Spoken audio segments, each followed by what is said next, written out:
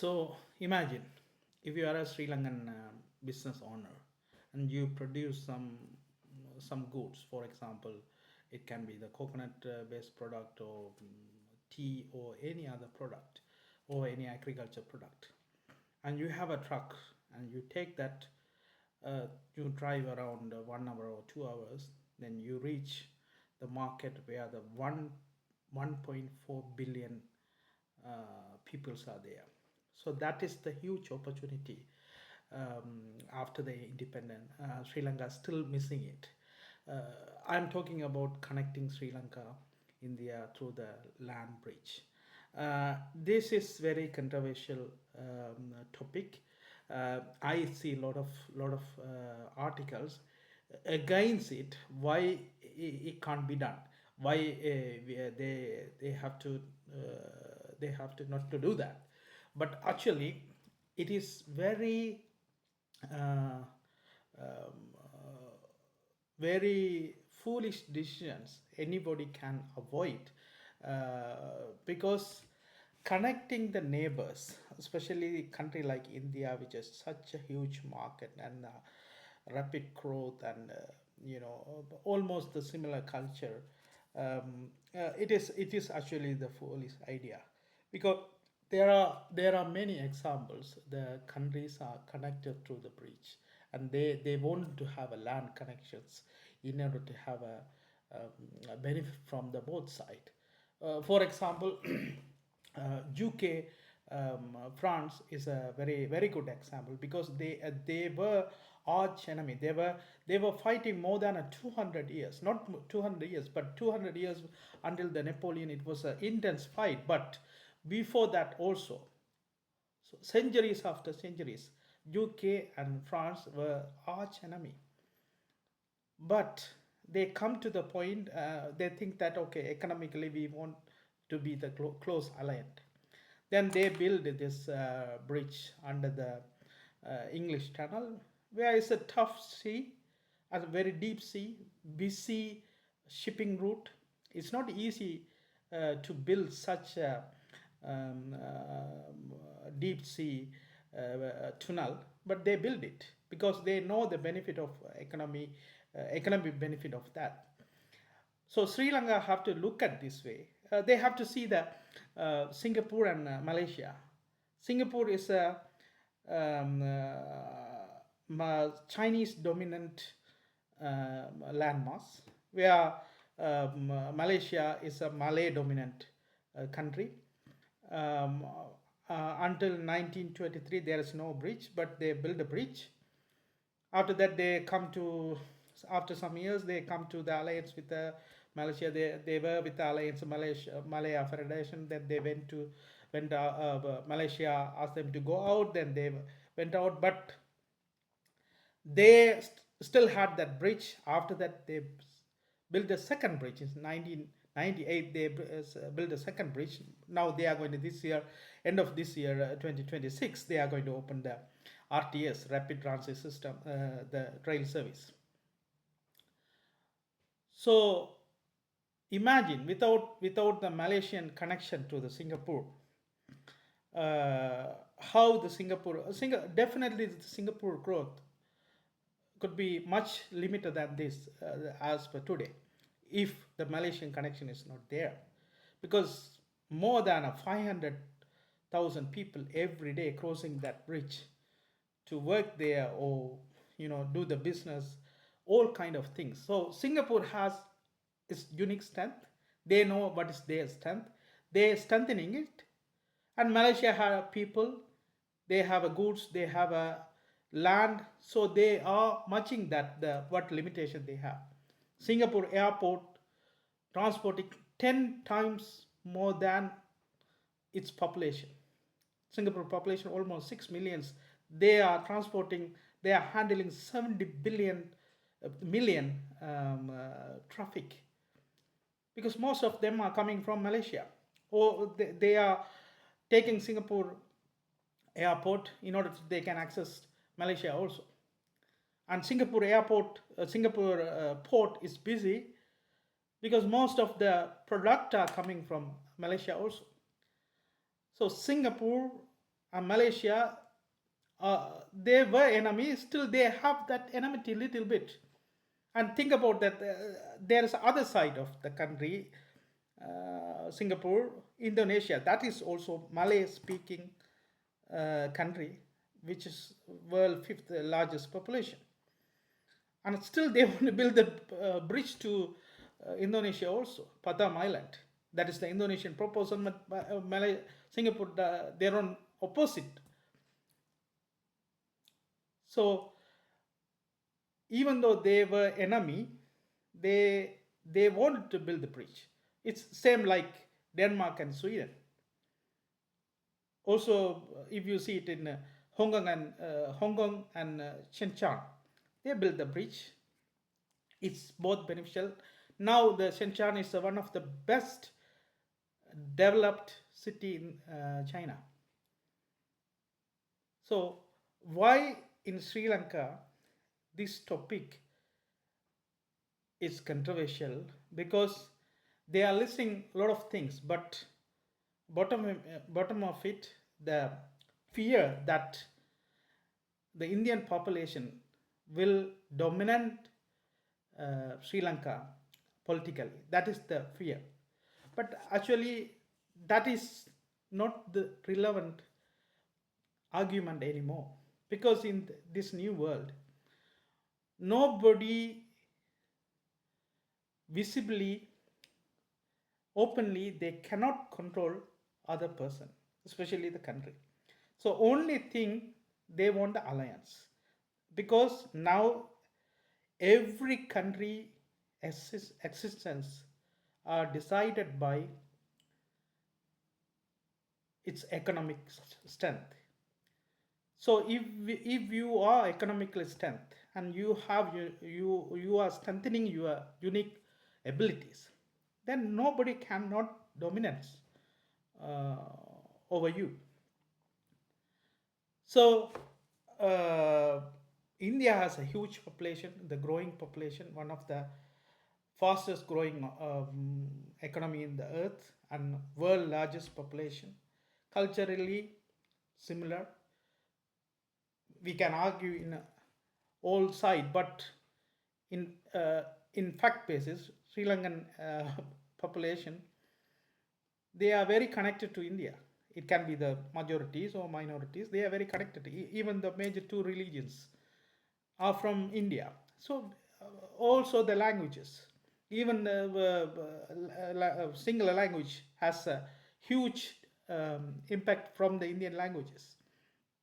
So there is no unique person, unique language, unique religion, unique region, unique country in the world.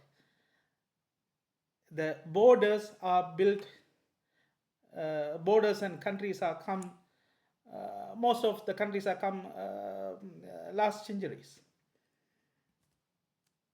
So the argument they they are having now is putting Sri Lanka the highest growth moment away actually. So if the land bridge is built to the Sri Lanka from India, the Sri Lankan largest economic contributing factors, for example, tourism, immediately it will be in a rapid growth. Let's imagine 1% of the Indian population visited to Sri Lanka, which is 14 million. Its current arrival is 2 million. So it's 7 times bigger than the current tourism arrival. Already the Sri Lankan tourist, the tourism larger contributor is India. Also the Indian government also, they are promoting the Ramayana Trail concept, where they use the exact same bridge is proposed, the way that's the way they proposed. So that will definitely bring the tourist. Then Sri Lanka, the next after that, the Sri Lanka will be the connectivity provider. Now India has a very good airport. Recently they have built a lot of regional airport, very good airport with a lot of connectivity. But before that, especially for the South India, Colombo was the major connecting airport. A lot of them were taking connection from the Colombo airport. Still, they do that. But Sri Lanka doesn't has a thought to develop that as a Singapore do. So Sri Lanka can be better connectivity point. They can build they can develop the Jaffna airport, or they can build an airport in Mannar. Mannar has a lot of wasteland. They can build a international airport where it will open the path to. It can be the connectivity point to the South Tamil Nadu, where the 8 district, almost 25 million people are there. They don't have they have an international airport, which is Madurai airport, which is not connecting all the major cities. But in Mannar, we can do that. Or even Colombo, if we build an expressway to Mannar to Colombo, they can reach the Colombo. But Colombo airport already has its own problem. It cannot handle the traffic which arriving now. So secondly, the agriculture. So there is an argument, oh, small businesses, small agriculture, we cannot compete with India. Why? Because let's say, what's the major production in Sri Lankan Sri Lankan agriculture? What's the product we are exporting more? Tea. Sri Lankan tea is a unique. Indian market needed. Rubber, Indian market needed, even though they have their own production. It's not it's not enough for them, for their own use. Coconut product. Coconut is emerging product India for the Indian domestic market, also for the export market. So you can export more product to India, agriculture product. How to be competitive? See the Netherlands, a tiny country, is a food provider for the whole Europe. So they made a efficiency in the agriculture techniques, and they are feeding the whole Europe. They are one of the largest tomato producer in the world. It's a tiny country. So Sri Lanka can strengthening their agriculture strength, techniques. Then they can export to 1.4 billions of people. Then the finance. India has a big business, big investors. It's flowing inside India. Even the finance goes to the Africa, Europe. So it can be reached to Sri Lanka very easily.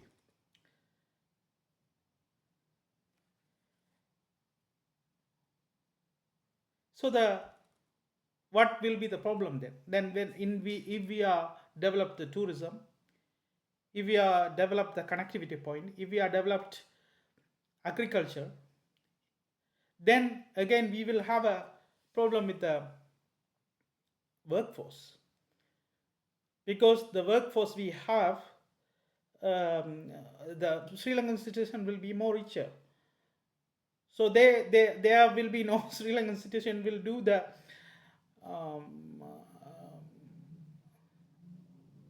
manual job, manufacturing job, or the daily basis job. Then workforce we can get, of course, get from the India. So it will be the new growth engine to Sri Lanka. Let's say if the both government agreed to build the bridge today, it will be take 15 to 20 years the bridge to open and the first passenger pass through that bridge. So we have a 20 years. Within that 20 years, we can strengthen our unique abilities, unique resources. We can modernize our agriculture. We can do the better investment on the roads, airports, ports. We can educate the whole generation is there.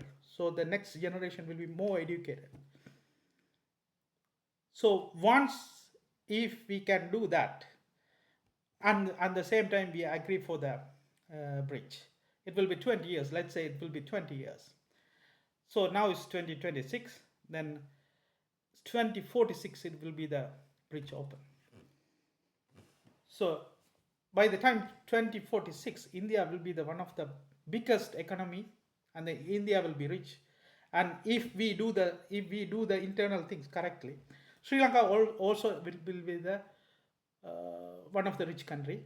And once India connected by land bridge, and the growth story will surpass Singapore, because Singapore had a lot of problem to continue their growth, but Sri Lanka, they don't have that problem. Sri Lanka has abundant land and the people. So that problem Sri Lanka doesn't have.